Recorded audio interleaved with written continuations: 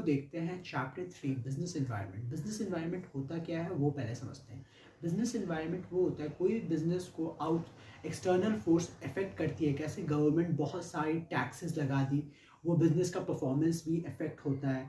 और नया कॉम्पिटिटर वही सेम बिजनेस का आ जाए तो वो तब भी बिजनेस इम्पैक्ट होता है। कैसे आज की डेट में वर्ल्ड में ईरान इसराइल का वॉर, इसराइल और हमास का वॉर छिड़ा हुआ है और उसमें ईरान भी इनडायरेक्टली इन्वॉल्व है, तो उससे इंडिया की इकोनॉमी पे बहुत फ़र्क पड़ रहा है। कैसे अंबानी के दिन पे दिन शेयर्स के प्राइस गिरते जा रहे हैं, अडानी के शेयर के प्राइस गिरते जा रहे हैं। इसी को एक्सटर्नल फोर्सेस कहा जाता है जो बिजनेसेस को इनडायरेक्टली और डायरेक्टली अफेक्ट करती है और उनका परफॉर्मेंस डिक्रीज होता है। इसी को कहते हैं बिजनेस इन्वायरमेंट। कैसे it is the sum total at all individual and institution of the other forces that is outside the control of business enterprises, जो बाहर से बिजनेस एंटरप्राइजेस को अफेक्ट कर रही है उनके परफॉर्मेंस में आपके, उसी को हम लोग कहते हैं बिजनेस एनवायरनमेंट।